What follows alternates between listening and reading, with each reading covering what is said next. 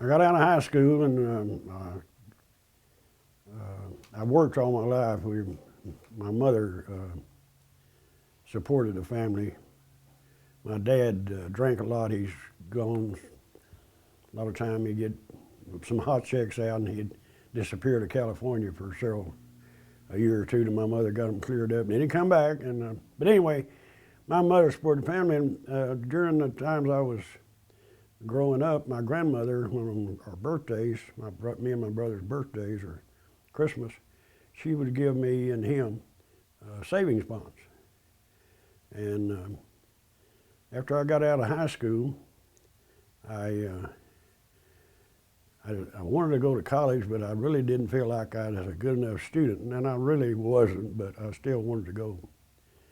So my mother said, well, I'll tell you what, you pick out a college and we'll see if we can work it out. I wanted to go to engineering school. I went to Texas Tech, Lubbock, for a year. And my mother kept me in there. I worked while I was in there in the dorm. I worked in the chow hall,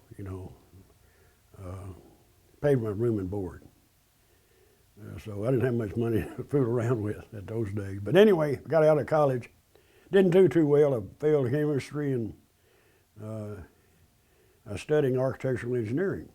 So at midterm, I was busted chemistry and decided, well, maybe I wasn't cut out to be an engineer.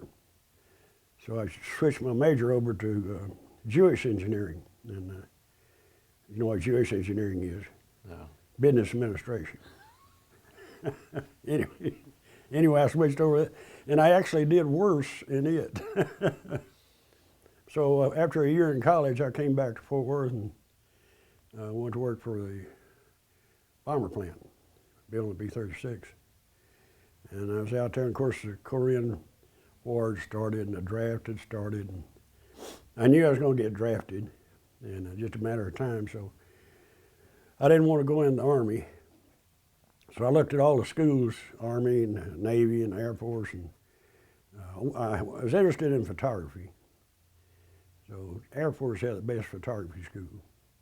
So I joined the Air Force. And I enlisted over at Love Field in Dallas. And they sent me immediately down to San Antonio. And I was down there for 2 weeks. And there was such a rush of people running to the Air Force to get away from the draft. They had tents set up between the barracks. I mean, big old canvas tents. And 3-tier bunks in them. It's so crowded that people walking forth and back and forth in those tents, dust was just scattered in it. It was, a lot of people were going over the fence, taking off. I don't blame them, I was thinking about it. But they decided to send a bunch of us up to Shepherd at Wichita Falls. So I went up to Shepherd for the rest of my enlistment. I mean, my basic, and of course I did pretty good up there, so they put in for a school, photography school in Denver at Lackland. Lackland? I can't remember.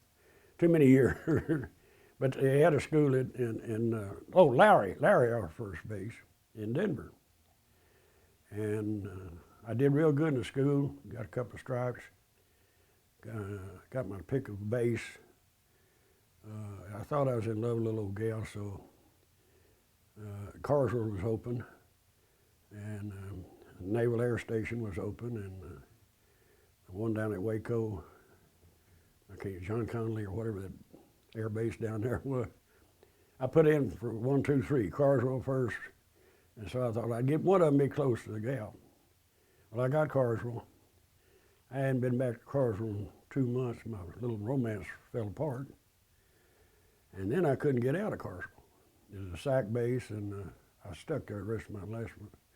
And what I did in the Air Force, my job, was to load and unload cameras, gun cameras, bomb sight cameras, aerial cameras, every kind of camera, radar cameras, and unload the cameras, make sure they were working correctly, taking them to the photo lab.